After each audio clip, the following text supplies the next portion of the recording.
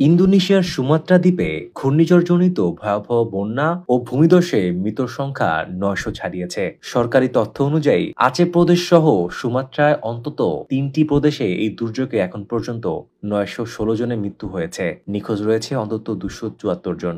স্থানীয় সময় শনিবার আচে ও তামিয়াং অঞ্চলে বেঁচে যাওয়া বাসিন্দাদের দুর্ভোগের চিত্র উঠে আসে। প্রত্যক্ষদর্শী ও স্থানীয় সূত্র জানায়, খাবার ও বিশুদ্ধ পানির সন্ধানে মানুষকে প্রায় ১ ঘন্টা ধরে পিচ্ছিল কাঠ, ভাঙাচোরা অবকাঠামো এবং উল্টে যাওয়া গাড়ির উপর দিয়ে হেঁটে স্বেচ্ছাসেবকদের স্থাপিত ত্রাণ বিতরণ কেন্দ্রে পৌঁছাতে হচ্ছে।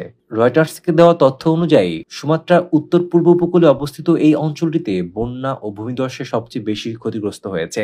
যোগাযোগ ব্যবস্থা ভেঙে পড়ায় অনেক এলাকায় এখনো উদ্ধার কাজ ও ত্রাণ সহায়তা পৌঁছাতে পারেনি।